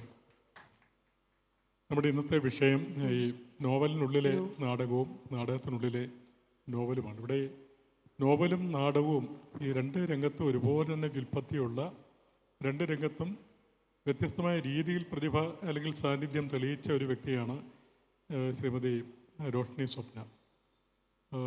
രോഷ്നി നമുക്കറിയാം, അറിയപ്പെടുന്ന കവിയാണ്, നോവലിസ്റ്റാണ്. അരുവികളുടെ നഗരമെന്ന നോവൽ നേരത്തെ പുരസ്കാരം ലഭിച്ചിട്ടുണ്ട്. അതുപോലെ ഏകാന്ത ലവീൻ എന്നൊരു കാവ്യ സ്വരൂപമുള്ളൊരു നോവൽ എഴുതിയിട്ടുണ്ട്. ഇപ്പോൾ ഒരു നോവലിൻ്റെ പണിപ്പുരയിലാണ്. പക്ഷെ അതേസമയം തന്നെ രോഷ്നി PhD എടുത്തിരിക്കുന്നത് നാടകകലയിൽ, തിയേറ്ററിലാണ്. ഇപ്പോൾ രംഗകലയിൽ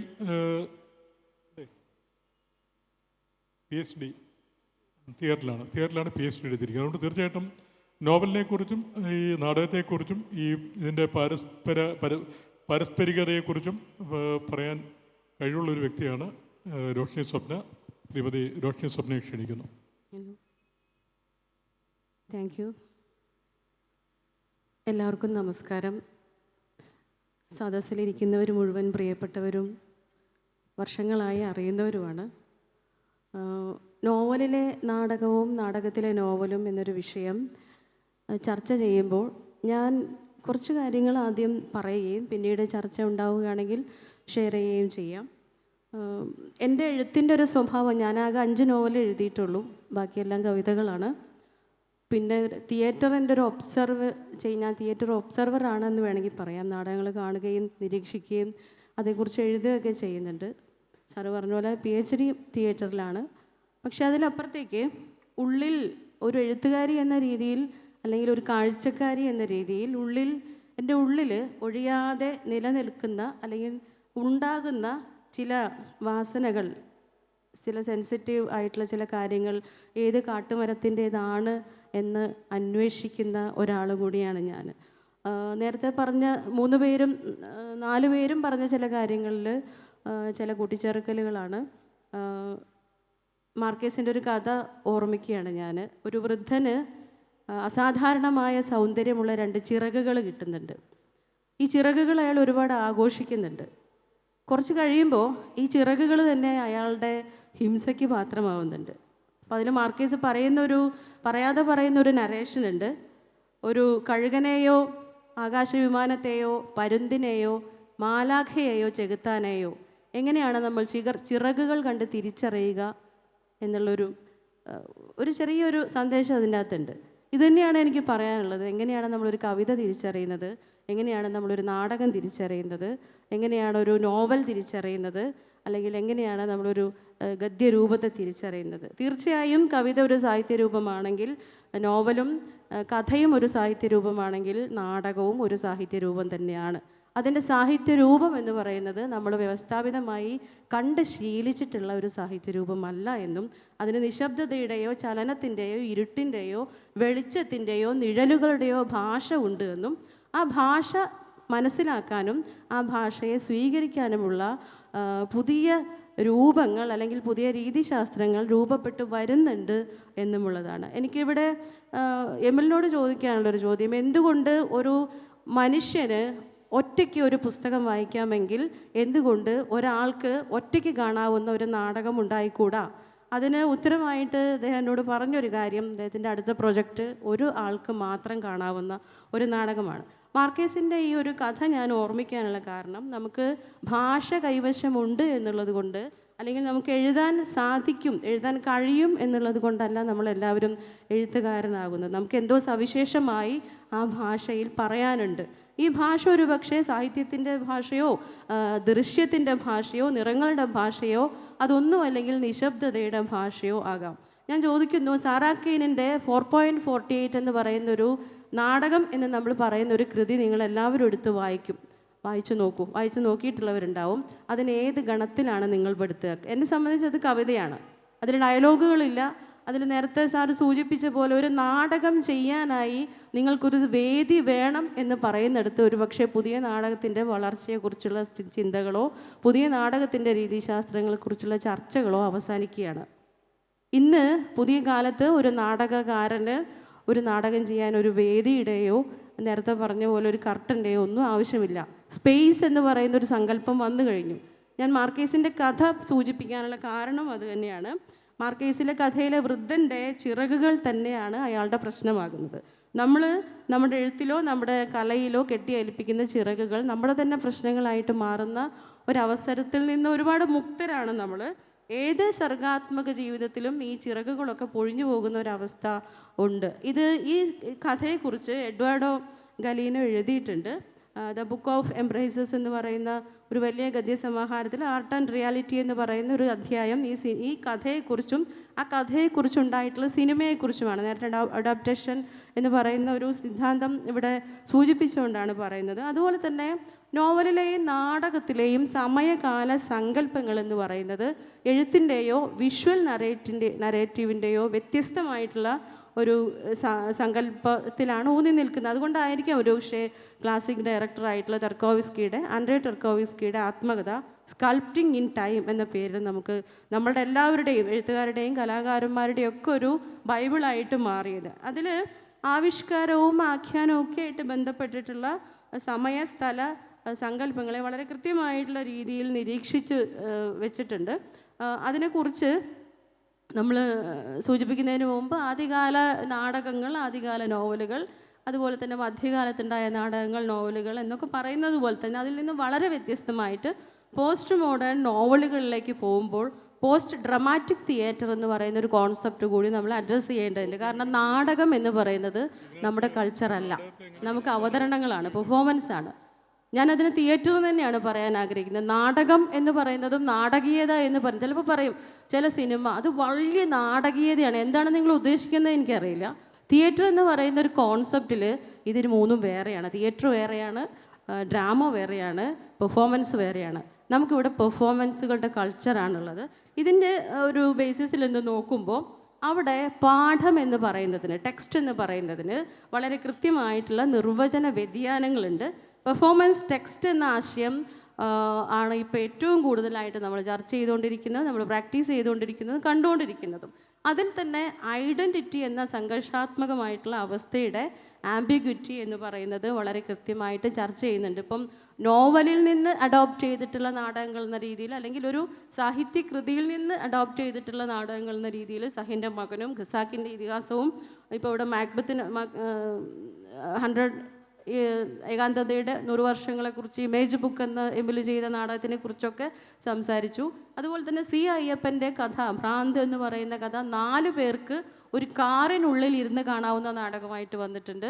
എമിലിൻ്റെ തന്നെ ഇമിറ്റേഷൻ ഓഫ് ഡെത്ത് എന്ന് പറയുന്ന നാടകം 15 കാണികളും 15 അഭിനേതാക്കളും ഉള്ള 5 ഏക്കറോളം ഉള്ളൊരു സ്ഥലത്ത് 18 സ്പേസിൽ വന്നിട്ടുള്ളൊരു നാടകം വന്നിട്ടുണ്ട്. അപ്പം ഇതിൻ്റെയൊക്കെ തന്നെ സമീപനങ്ങൾക്ക് ഒരു ഇന്നർ ടെക്സ്റ്റ് എന്ന രീതിയിൽ, അകപാഠം എന്ന് വേണമെങ്കിൽ നമ്മൾ പറയാം, എന്നത് വളരെ സൂക്ഷ്മമായിട്ടുള്ളൊരു സാഹിത്യ രൂപം അതിനുണ്ട്, ഒരു നരേറ്റീവ് ടെക്സ്റ്റ് അതിനുണ്ട്. പക്ഷേ റിട്ടൺ ടെക്സ്റ്റ് എന്ന് പറയുന്നത് ഈ അബീഷിൻ്റെയോ എമിലിൻ്റെയോ ദീപൻ്റെയോ ഖസാക്ക് ചെയ്ത ദീപൻ്റെയോ അതുപോലെ തന്നെ ശങ്കർ വെങ്കടേശ്വരൻ്റെ ഒന്നും തന്നെ അവതരണ പാഠങ്ങളിൽ ആ ടെക്സ്റ്റ് അല്ല പരിവർത്തിക്കപ്പെടുന്നത്.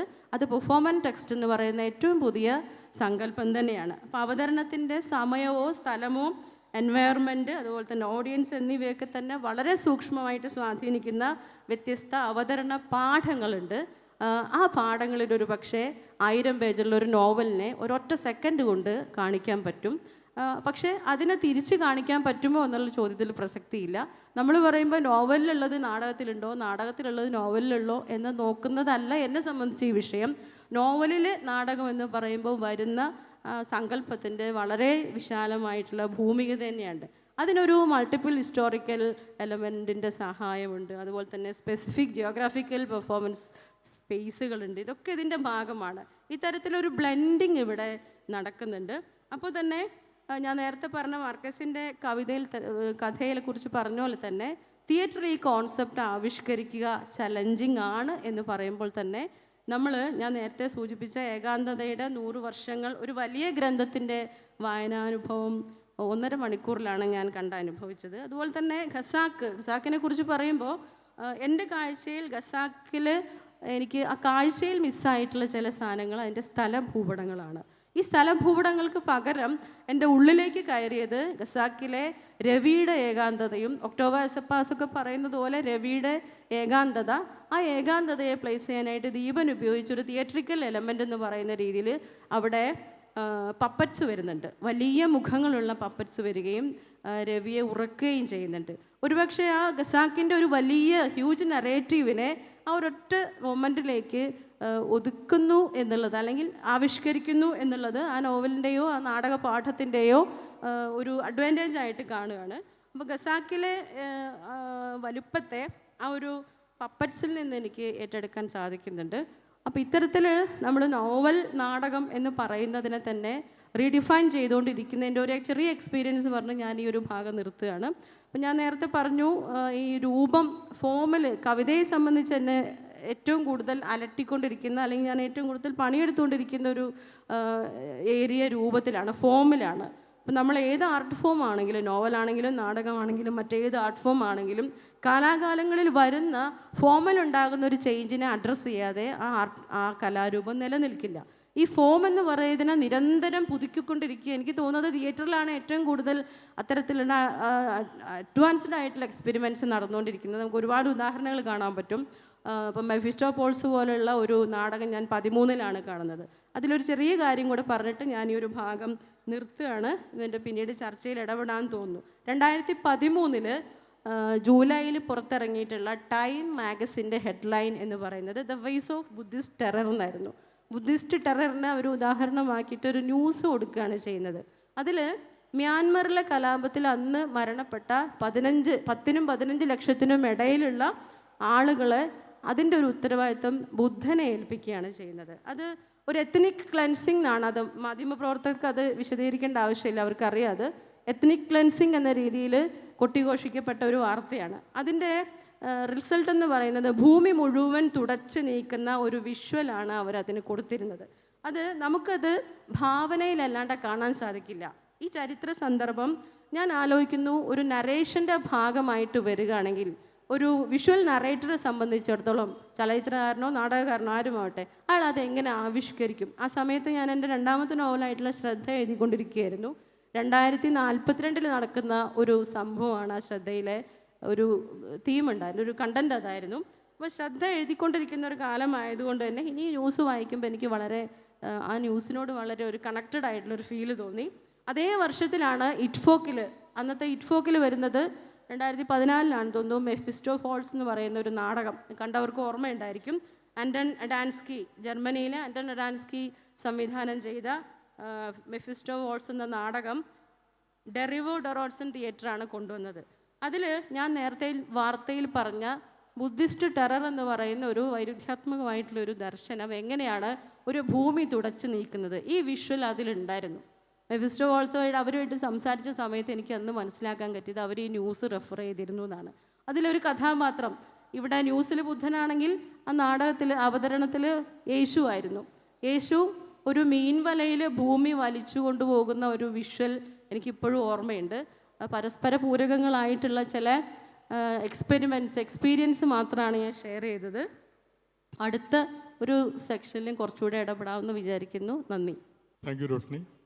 നമുക്കിനി കഷ്ടിച്ച് 8 മിനിറ്റേ ഉള്ളൂ. എനിക്ക് തോന്നുന്നു ഒരു 2ാമത്തെ റൗണ്ടിലേക്ക് പോകുന്നതിനേക്കാളും നല്ലത് സദസ്സിൽ നിന്നും എന്തെങ്കിലും ചോദ്യങ്ങളുണ്ടെങ്കിൽ അതിന് അവസരം കൊടുക്കുന്നതായിരിക്കും. ആരെങ്കിലും ചോദ്യങ്ങളുണ്ടെങ്കിൽ ചുരുക്കി പെട്ടെന്ന് ചോദിക്കുക. ആരോടാണ് എന്ന് പറയാം, അല്ലെങ്കിൽ പൊതുവായിട്ട് ആൻസർ ചെയ്യേണ്ടതാണെങ്കിൽ അങ്ങനെ പറയാം. ഞാൻ യമനിനോടാണ്. Writers after invisible tattoos of hardship. ഇറാഖിൽ നടന്ന കാര്യം പറഞ്ഞല്ലോ. All great writers are most of all after invisible red tattoos as you reveal. ശരിക്കും ഒരു വല്ലാത്തൊരു റെവലേഷനാണ്. എല്ലാ നല്ല എഴുത്തുകാരും ഈ അദൃശ്യമായ പീഡനങ്ങളുടെ, അല്ലെങ്കിൽ ഗാസയിലോ പാലസ്റ്റീനിലോ മരിച്ച കുട്ടികളുടെ പുറകെ പോകുന്നവരാണ്. പിന്നെ വളരെ റിവീലിംഗ് ആയിട്ടുള്ള റോഷ്നി സപ്പിലെ പറഞ്ഞ കുറേ കാര്യങ്ങൾ. ടെസ്റ്റ്, ഇപ്പോൾ ഞാൻ ഒരു വായനക്കാരനെന്ന നിലയിൽ എൻ്റെ DNA ടെസ്റ്റ് ഞാൻ കാണുന്ന നാടകവുമായി ഇന്നെ ടെസ്റ്റ് ചെയ്യുന്നു. അല്ലാതെ എനിക്ക് മനസ്സിലാക്കാൻ പറ്റില്ല. എൻ്റെ ജെയിം ലൈൻ DNA എൻ്റെ എഴുത്തുകാരുടെ ഫേവറേറ്റ് എഴുത്തുകാരുടെ DNA ടെസ്റ്റുമായിട്ട് ഇൻട്രാക്ട് ചെയ്യുന്നു, ഇന്നെ ടച്ച് ചെയ്യുന്നു. അപ്പോൾ ഈ കാര്യങ്ങളെപ്പറ്റി കൂടുതൽ എമിലിനും റോഷ്നി സ്റ്റെപ്പയ്ക്കും എന്താണ് പറയാനുള്ളത്? എനിക്ക് ആ ചോദ്യം കറക്റ്റ് വ്യക്തമായിട്ടില്ല. ആ ചോദ്യം മാത്രം ഒന്ന്.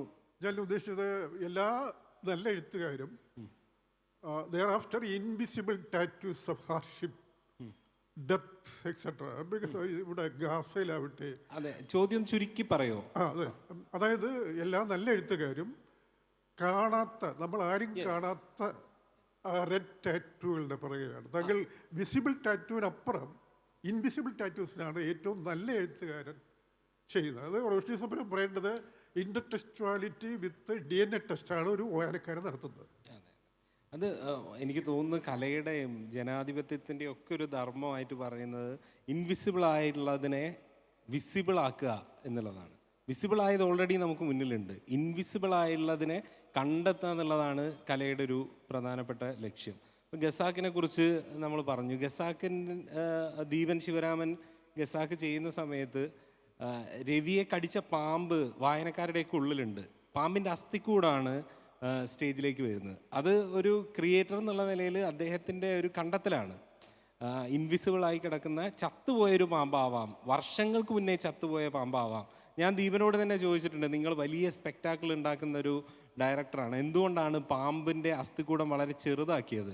നിങ്ങൾക്ക് വേണമെങ്കിൽ ആ ഗ്രൗണ്ട് മുഴുവൻ നിറഞ്ഞു കിടക്കുന്ന ഒരു അസ്ഥികൂടം ഉണ്ടാക്കാമായിരുന്നല്ലോ എന്ന് ഞാൻ എൻ്റെ ഒരു രസത്തിന് അദ്ദേഹത്തിനോട് ചോദിച്ചതാണ്. അപ്പോൾ അത് പല സാധ്യതകളാണ്. ഇപ്പോൾ ദീപൻ കണ്ടെത്തിയിട്ടുള്ളത് ആ പാമ്പിൻ്റെ സൈസിലുള്ള അസ്ഥികൂടം ഒരു പെട്ടിയിൽ നിന്നും പുറത്തേക്ക് വരുന്നതാണ്. മറ്റൊരു സംവിധായകൻ ഒരു പക്ഷേ ആയിരക്കണക്കിന് പാമ്പിൻ്റെ അസ്ഥികൂടങ്ങൾ അരങ്ങിലൂടെ വരുന്നത് കാണിക്കാം, ഒരു പക്ഷേ പാമ്പിനെ തന്നെ കാണിക്കാതിരിക്കുക. അത് അവിടെയാണ് നിങ്ങൾ ഇൻവിസിബിൾ ആയിട്ടുള്ള ചിലതിനെ കണ്ടെത്തുന്നത്. ഇപ്പോൾ നേരത്തെ ഗസാക്കിനെ കുറിച്ച് ചോദിച്ചു, എന്താ പറയുക, എങ്ങനെയാണ് ഗസാക്ക് അഡാപ്റ്റ് ചെയ്യുക? അപ്പോൾ ഗസാക്ക് വായിക്കുമ്പോൾ നമുക്കറിയാം അതിനകത്തുള്ള പ്രധാന പല കാര്യങ്ങളും പറയുമ്പോൾ അതിൽ പറയുന്നുണ്ട് കർമ്മ പരമ്പരയുടെ സ്നേഹരാഹിത്യത്തിൻ്റെ കഥയാണിത്.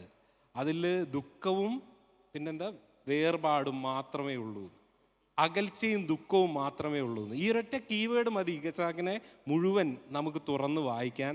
അങ്ങനെ ചില കീവേഡുകൾ കണ്ടെത്തലും കൂടിയാണ് ആർട്ട് മേക്കിങ്ങിൽ ഏത് നരേറ്റീവിനെയും സമീപിക്കുമ്പോൾ ആർട്ട് മേക്കേഴ്സ് ചെയ്യുന്നത് എന്നാണ് ഞാൻ കരുതുന്നത്. Thank you. സാറ് ചോദിച്ചതിൽ എനിക്ക് വളരെ സന്തോഷമുണ്ട്. കാരണം ഞാൻ ഈ ഒരു വിഷയം ഇറ്റാലോ കാൽവിനുമായിട്ട് ബന്ധപ്പെട്ടിട്ട് ഇങ്ങനെ വായിച്ചിട്ടുണ്ടായിരുന്നു. അദ്ദേഹം പറയുന്നൊരു കാര്യം, I write because I am dissatisfied എന്നാണ്. ഇവിടെയാണ് ഇൻവിസിബിൾ മോട്ടീഫുകളുടെയൊക്കെ ഒരു സാധ്യത എന്ന് തോന്നുന്നു. അപ്പം മറ്റൊരു തരത്തിലുള്ള ഡീകൺസ്ട്രക്ഷൻ കൂടി നടക്കുന്നുണ്ട്.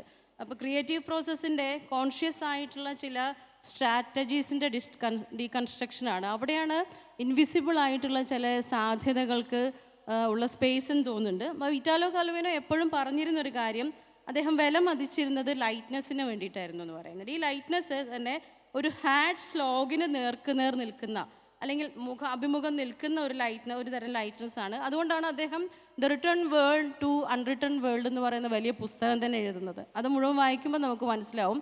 ഇൻവിസിബിൾ ആക്ടർ എന്ന് പറയുന്ന ഒരു ടെക്സ്റ്റ് ഉണ്ട്, ഒരു തിയേറ്ററുമായിട്ട് ബന്ധപ്പെട്ട ഒരു ടെക്സ്റ്റ് ഉണ്ട്. അപ്പോൾ ഇറ്റാലോ കാൽവിനോ ഇത് പറയുമ്പോൾ എഴുതപ്പെട്ട ലോകത്ത് നിന്ന് എഴുതപ്പെടാത്ത ലോകത്തിലേക്കാണ് ഒരുപക്ഷെ ഞാനടക്കമുള്ള എഴുത്തുകാരും എല്ലാ കലാകാരന്മാരും സഞ്ചരിക്കാൻ ശ്രമിക്കുന്നത്. അപ്പോൾ തന്നെ നമ്മൾ മാർക്കേസിനെയും പാമുക്കിനെയും സൃഷ്ടിച്ച ലോകത്തിലെ പ്രധാനപ്പെട്ട ഫിക്ഷനുകൾ ഇപ്പോഴും എന്തുകൊണ്ടാണ് ക്ലാസിക്കായിട്ട് നിൽക്കുന്നത് എന്നുള്ളൊരു ചോദ്യത്തിനും ഈ ഒരു ഹാർഡ് സ്ലോഗിൻ്റെ നമുക്കൊരു പ്രസൻസ് നമുക്ക് കാണാൻ പറ്റും. അപ്പോൾ തീവ്രമായിട്ടുള്ള ഈ മോട്ടിഫുകൾക്ക് തിയേറ്റർ മെത്തഡോളജിയിലൂടെ ഒരു നല്ല വായനയിലെ കാഴ്ചയുടെ ഒക്കെ സാധ്യതയുണ്ട്. അത് സെൻസേറിയസ് ആയിട്ടുള്ള ആസ്വാദന പരതയ്ക്ക് പുതിയ കാലം കുറച്ചുകൂടി സ്പേസ് കൊടുക്കുന്നുണ്ട്. നമ്മൾ കൊടുക്കണമെന്നാണ് ഒറ്റ കാര്യം കൂടി. ഒരു നോവലിൽ നിന്ന് ഒരാൾക്ക് വന്ന് നിങ്ങളെ കയ്യിൽ സ്പർശിക്കാൻ പറ്റില്ല, പക്ഷേ പുതിയ തിയേറ്ററിൽ നിന്ന് സ്വാദും മണവും ഗന്ധവും രുചിയും സ്പർശവും നിങ്ങൾക്ക് കിട്ടുന്നുണ്ട്. ഇത് ഇൻവിസിബിലിറ്റിയുടെ മറ്റൊരു സാധ്യത കൂടിയാണ് എന്ന് പറയുന്നു. ഒരു ചോദ്യം കൂടി വേറൊരാൾ ചോദിക്കൂ. ഒരു ചോദ്യം കൂടെ ചോദിക്കാൻ 2 മിനിറ്റേ ഉള്ളൂ. സാറേ, മോഹൻകുമാർ സാറിൻ്റെ അടുത്ത് ചോദിച്ചോളൂ. സാറ് പറഞ്ഞു സമൂഹത്തിന് നേരെ പിടിച്ച കണ്ണാടിയാണ് ഒരു നോവലെങ്കിൽ നോവലിനകത്തെ നോവൽ എന്ന് പറയുന്നത് കണ്ണാടിക്കകത്തെ കണ്ണാടിയല്ലേ? ഒന്ന് വിശദീകരിക്കും. നോവൽ എന്ന് പറയുന്നത് സമൂഹത്തിന് നേരെ പിടിച്ച കണ്ണാടിയാണ്. മനസ്സിലായി. നോവല് സമൂഹത്തിന് നേരെ തിരിച്ച കണ്ണാടിയാണ് എന്ന് പണ്ടേ പറയും. ഇതിലൊരു ചെറിയ വ്യത്യാസമുള്ളത്, സമൂഹത്തിന് നേരെ കണ്ണാടി തിരിക്കുമ്പോൾ കണ്ണാടി എന്ന് പറയുന്നത് എന്ത് കാണുന്നു എന്നത് വളരെ പ്രധാനമാണ്. അതുകൊണ്ടാണ് സമൂഹത്തിന് നേരെ തിരിച്ച കണ്ണാടി അതുപോലെ പകർത്തി വയ്ക്കുകയല്ല, അത് ഒരു വലിയ കെമിസ്ട്രി കൂടി കടന്നു പോയിട്ട് ഇത്രയും കാലത്തെ മനുഷ്യ ജീവിതത്തിൻ്റെ അനുഭവങ്ങളുടെ ആ തീച്ചുള്ള ആ എഴുത്തുകാരൻ്റെ നാടകകൃത്താണെങ്കിലും നോവൽസ് കടന്നു പോയിട്ട് മറ്റൊരു കാഴ്ചയായിട്ടാണ് കാണുന്നത്. അപ്പോൾ കണ്ണാടിയാണെന്ന് പറയുന്നത് ലളിതമായിട്ട് അതേപോലൊരു കണ്ണാടി അല്ല. അത് ആ കണ്ണാടിയിലെ ഒരു വലിയ സിലക്ഷനുണ്ട്. ആ സിലക്ഷനാണ് നാം പറയുന്നത് മീനിങ് റീക്രിയേഷൻ ഓഫ് റിയാലിറ്റി, അർത്ഥസമ്പൂർണമായ യാഥാർത്ഥ്യത്തിൻ്റെ പുതിയതാ ആവിഷ്കാരം. വെറും ബ്ലൈൻഡ് റിയാലിറ്റി അല്ല സർ. Thank you. നമ്മുടെ സമയം കഴിഞ്ഞു. 24 സെക്കൻഡ്സേ ഉള്ളൂ.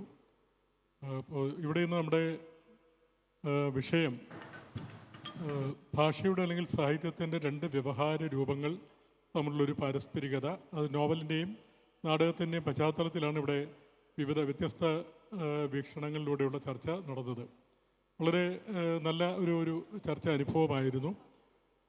സദസ്സിൻ്റെ ഭാഗത്തുനിന്ന് കൂടുതൽ ചോദ്യങ്ങൾ പ്രതീക്ഷിച്ചു, പക്ഷേ സമയക്കുറവ് കൊണ്ടും അതിന് നമുക്ക് കഴിഞ്ഞില്ല. എങ്കിൽ പോലും കൂടുതൽ ചോദ്യങ്ങൾ തീർച്ചയായിട്ടും നമ്മുടെയൊക്കെ മനസ്സിൽ ഇങ്ങനെ ഉരുവപ്പെട്ടുകൊണ്ടേ ഇരിക്കും. ആ ചോദ്യങ്ങൾക്ക് തീർച്ചയായിട്ടും ഇനിയൊരു അവസരം ഉണ്ടാവട്ടെ എന്ന് ഞാൻ ആശംസിക്കുകയാണ്. ഈ പരിപാടിയിൽ പങ്കെടുത്ത, ഈ സെമിനാറിൽ പങ്കെടുത്ത എല്ലാവരോടും, ഇതിൽ സംസാരിച്ചവരോടും കേട്ടിരുന്നവരോടും എല്ലാവരോടും സാഹിത്യ അക്കാദമിക്ക് വേണ്ടി നന്ദി രേഖപ്പെടുത്തുന്നു.